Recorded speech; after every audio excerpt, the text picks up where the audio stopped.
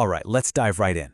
Today, we're unlocking a communication secret that is, honestly, a total game changer. It's a principle that can completely transform how you connect with people and, yes, even build your influence. So let's get to it. Okay, so have you ever had this happen? You're in a conversation, you're super excited about what you're saying, you think you're making a brilliant point, and then you see it. The other person's eyes just glaze over. It's the worst feeling, right? We've all been there. So the big question is, why does this happen so often? Well, if we want to fix this, we have to get to the root of the problem. So let's investigate why so many of our conversations, even the ones with the best intentions, just fall flat. You know, the interesting thing is that we don't do these things to be malicious. It's totally automatic. We get fired up about our own world, our projects or ideas, and we just assume that everybody else is going to be just as fascinated. But that assumption, that's the trap. That is exactly what makes people tune out. And this right here, this is the core insight. You can be the most brilliant person in the room with the most incredible story, but if it isn't relevant to the person you're talking to, it's just going to go in one ear and out the other. It won't land. People don't connect with raw information, they connect with what that information means to them. So if that's the problem, what's the solution? Well, it actually comes down to a simple but really profound shift in our approach. It's a strategy that leads to much, much better connections. The secret is something we can call interest-centered communication.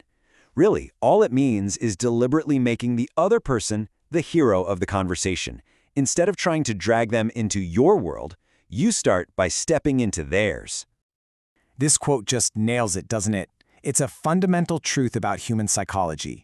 Once we accept that pretty much everyone is tuned into their own personal radio station, WIFM, or What's in it for me, we can finally learn how to broadcast on their frequency. And when you make this shift, the results are immediate and they are powerful. You're not just getting them to listen, you're earning their genuine attention and their respect. This whole approach just bypasses resistance and builds a direct bridge to cooperation and real influence. All right, I know what you might be thinking. This all sounds great in theory, but what does it actually look like in a real conversation?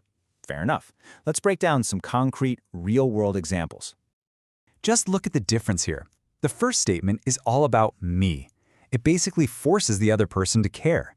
But the second one? It starts with you. It acknowledges their passion for design first, and then it connects your world to theirs. It's an invitation, not a demand. See the difference? Oh, this is a classic, especially in a professional setting. Nobody really cares about advanced features. I mean, come on. What they care about is solving their problems. So, when you frame the conversation around benefits, things like saving time or reducing stress, you're speaking their language. You're talking directly to their interests.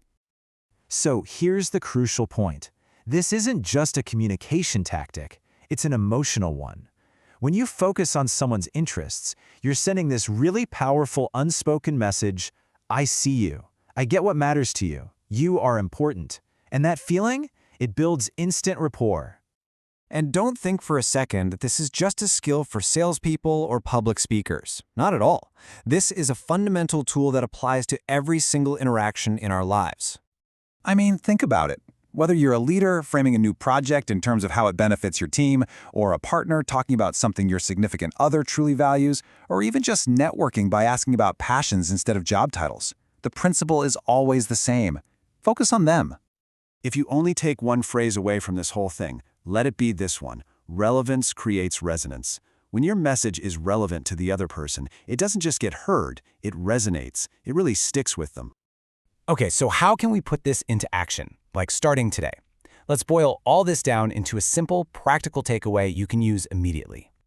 This is your diagnostic tool. Think of it as your personal alarm bell in every conversation. If you see their attention wandering, don't talk louder or faster. Just stop and realize the topic is the problem. It's your cue to pivot the conversation back to their interests. And here is your action plan. It's a simple, 3-step habit. In your very next conversation, I want you to make it a little mini-game for yourself. First, just listen and discover one thing they care about. Then, ask them a genuine question about it. And finally, see if you can naturally link what you wanted to discuss to that very interest.